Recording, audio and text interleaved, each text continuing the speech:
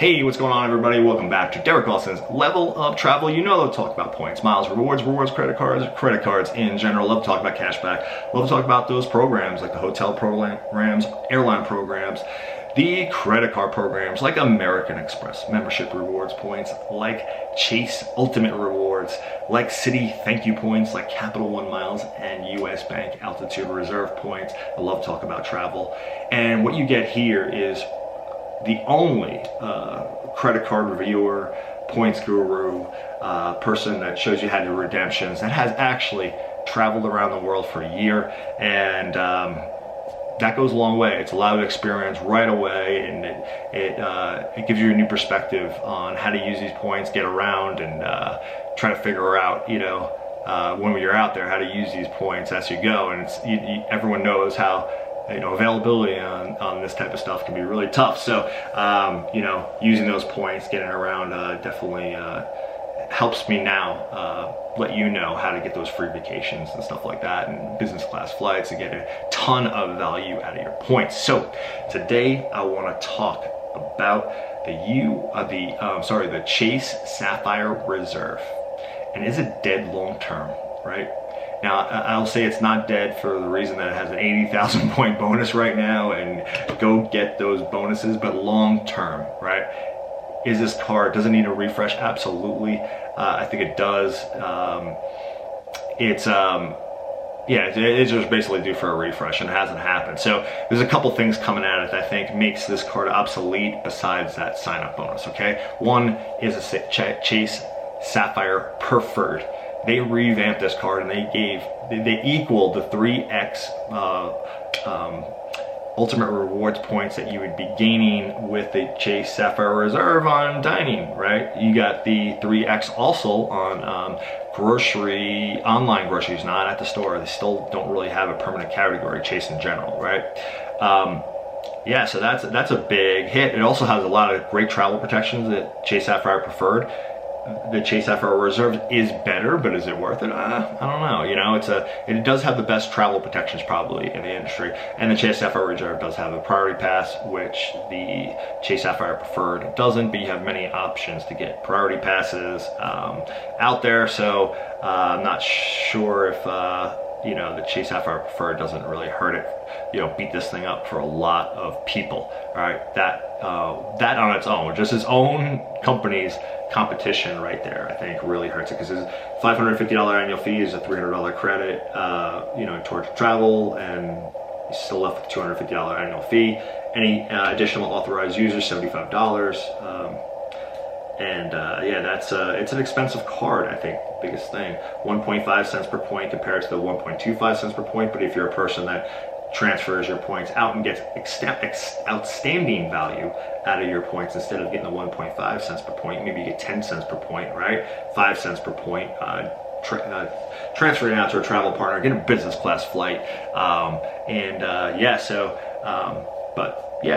so the Chase Sapphire Reserve, I think, right there has a problem in its own building, right? But there's some outside competition that also is affecting it, right? The new Venture X card has all those travel protections.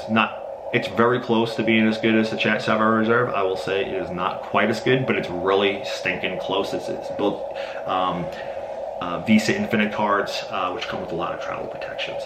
Now, Chase Sapphire Reserve does have a 3x on travel and 3x on dining, but 1x on everything else. Venture X has 2x on everything. You just don't have to think about it. You're just gaining a really nice bonus right away. I think a lot of people like that in the card. And if you do want 3x on dining and groceries and entertainment, all you gotta do is add a no annual fee card. And this card also has no foreign transaction fees, where the Chase Sapphire Reserve has no partner card that gets anything else that has no foreign transaction fees. So yeah, this card by itself, I think, is hurting it. And then you have the combination of the Saver One, no annual fee, just adding some nice categories and getting the same type of point, which is incredible.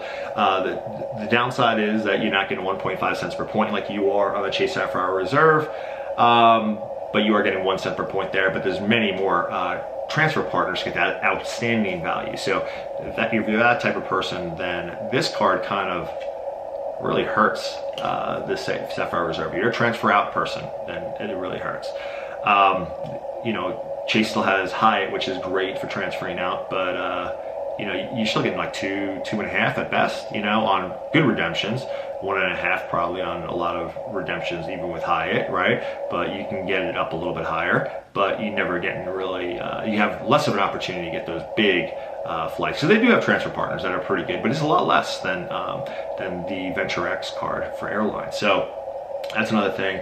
And the Venture X effective annual fee is -$5 because it has a $300 credit if you go through the portal, and then you get 10,000 points, which if you redeemed at 1 cent per point, you're already ahead $5, you know, every single year. The priority pass is just as good, except that you can get multiple priority passes for all your authorized users at no extra cost. The authorized users don't have any extra cost up to, I think, like 4, and you get 4 priority passes for them, which is incredible value.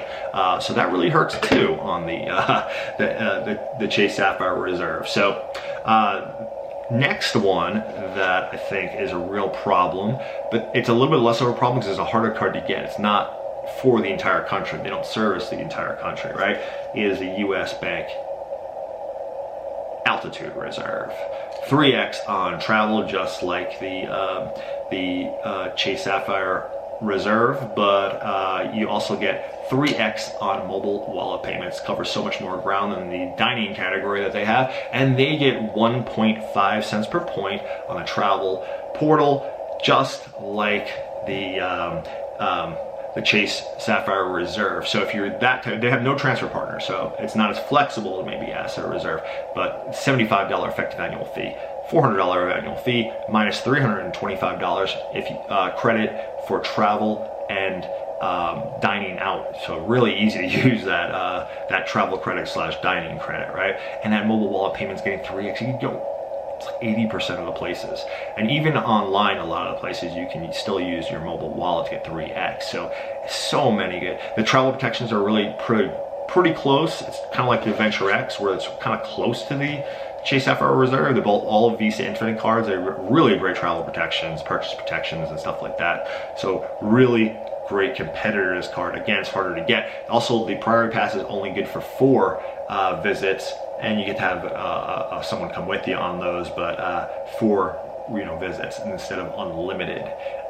That definitely hurts. But then again, effective annual fee of only $75, and you're getting that 1.5 cents per point on their travel portal or real-time rewards, which you can kind of do whenever you want and get 1.5 cents per point at your disposal at any point. I've gone through that a bunch of times, but it's definitely a herder. If you those situations where you're maybe traveling and eating out, the Altitude Reserve might have a problem there, but then you have the Altitude Go that you can just pair it to get 4x cash back, kind of like the same thing. Almost getting equal to 1.5 cents per point on 3x for cash back. No foreign transaction fees, so it's a great pairing to a system there, even though you're not getting technically 1.5 cents per point, but you're really getting close if on comparison to 3x. But anyway, I think that's a nice pairing to help just in case you're out in the world or something like that, and they don't have mobile wallet payments, or if you're just at a restaurant and then you don't want to go for mobile wallet payments when you're at a regular restaurant, you get the 4x, right? So with the U.S. Bank Altitude Go. So those are the things I think are real. It's just the competition, it's the competition inside Chase with a Chase Sapphire Preferred getting a revamp and hurting the Chase Sapphire Reserve long term. The U.S. Bank Altitude Reserve pairing it also with the Altitude Go, and then the Venture X pairing it, and then being able to pair it with the Saver One card. Man, I could see why this card could be dying if they don't save it. Right now they're bumping up into an 80,000 point bonus. That's going to help, but that's a temporary thing, right? That's like the government giving out free money for a little while, and and then the inflation all of a sudden hits, right? And then that second year is the inflation, when you have that $250 effective annual fee and no more bonus, right? So Yeah, that's my take on the Chase Sapphire Reserve. What do you guys think about the Chase Sapphire Reserve right now? And think on a long-term basis. You know, get all the bonuses you can. 80,000 points, an incredible bonus. Go get it. But what do you guys think about this card long-term? And what is there any more competition, or am I missing a little bit on some of the competition that I added that you're like, oh, that's not really a competitor, you know, or that kind of thing, or you know, whatever you guys, whichever your take on it, put it in the comments down below. I always love to hear it. Also, like the video, and definitely subscribe to the channel, please. We definitely love to have some extra subscribers. It definitely helps the channel. And hit that bell notification so every time I come out with a video, you would be the first to know. So thank you guys so much for watching the video, and I'll see you on the next one. Bye.